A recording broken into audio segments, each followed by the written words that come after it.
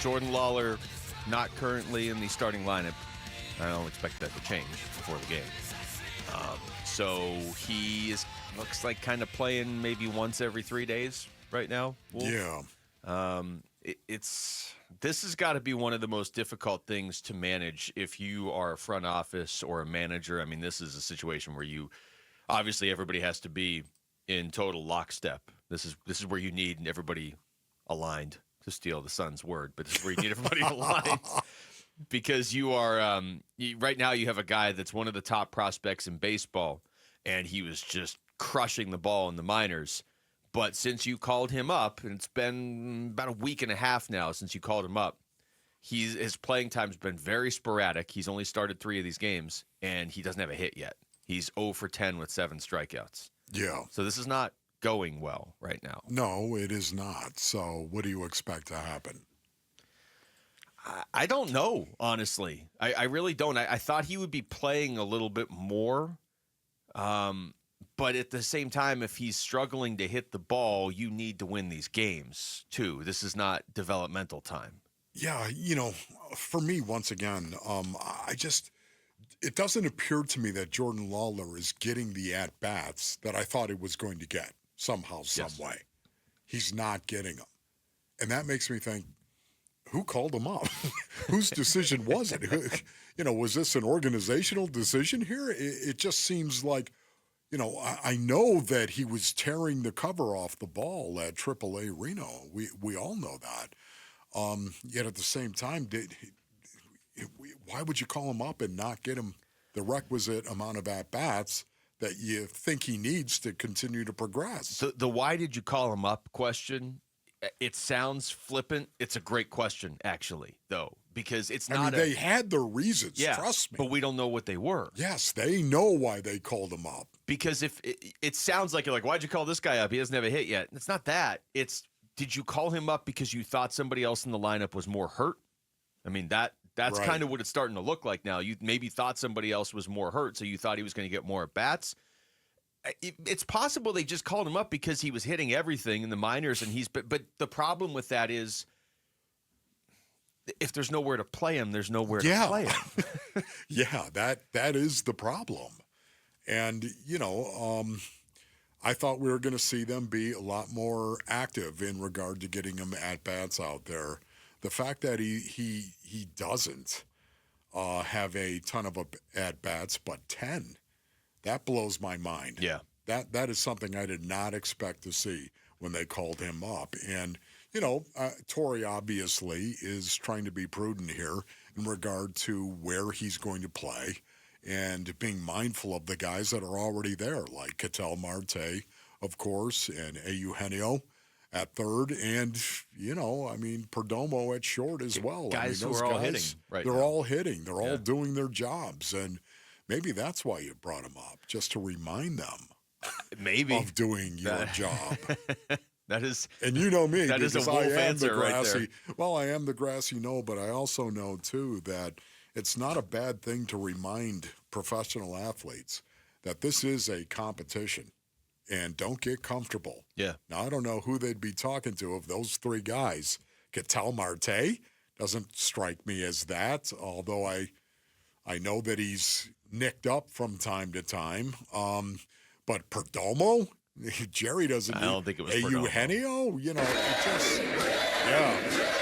it logically doesn't make a lot of sense. But they know why, based on it. Trust me on this.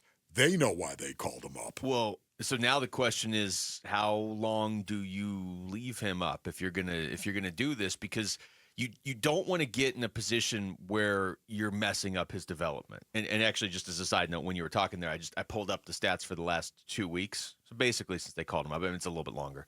But just if you combine all the stats, 3 of the 4 best hitters on the team in that stretch have been Ketel Marte, Gino, and Jerry. See, it's working. See, it's working, Luke. They called him up right there, it's working. Ketel Marte is absolutely on fire right now, and he hasn't played in 36 games. Okay? He's played in 26. You were correcting something from yesterday. Just what do you mean, Luke? And just knock it off. No, that's fine. I've got this. I still have this. The Stephon Gilmore's stat page up here. Should I just print this out and hand it to Rick since he's such a big Stephon Gilmore fan? Yeah. Okay.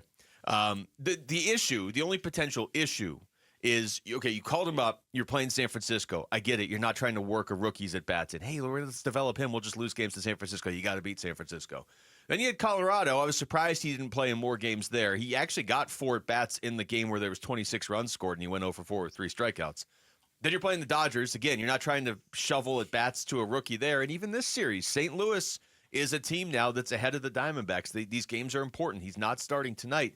But the issue is you don't want to mess up his development.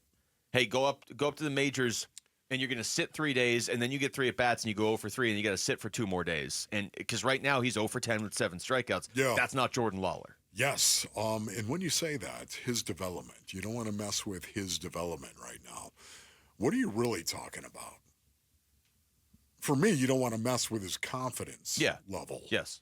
You don't want to mess with that. You know, you come up and all of a sudden you're 0 for 10 and with 7 strikeouts. Spread out over almost 2 weeks. Spread out over a couple of weeks, right.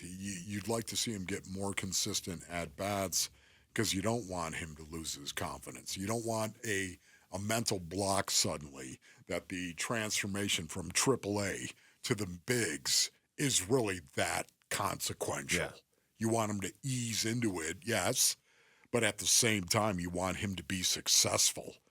And I know what this is like. Oh, my goodness. The doubts that can actually creep in when things aren't going well at the highest level. We can develop. It hurts. It does.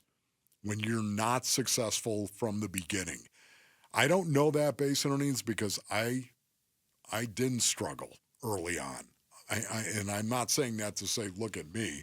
I'm just saying my job was run as hard as I can into the guy in front of me. And I did that from day one.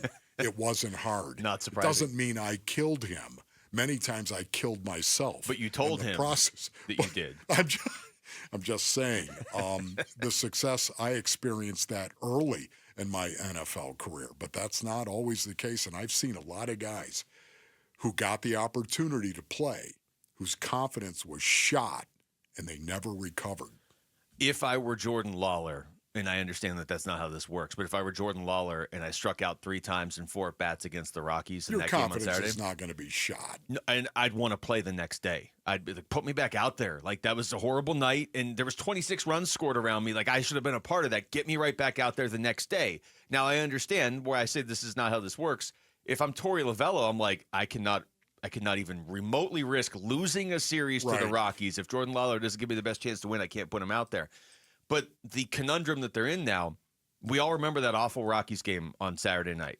Jordan Lawlar's had 2 at-bats since that game, and they were both strikeouts against the Dodgers.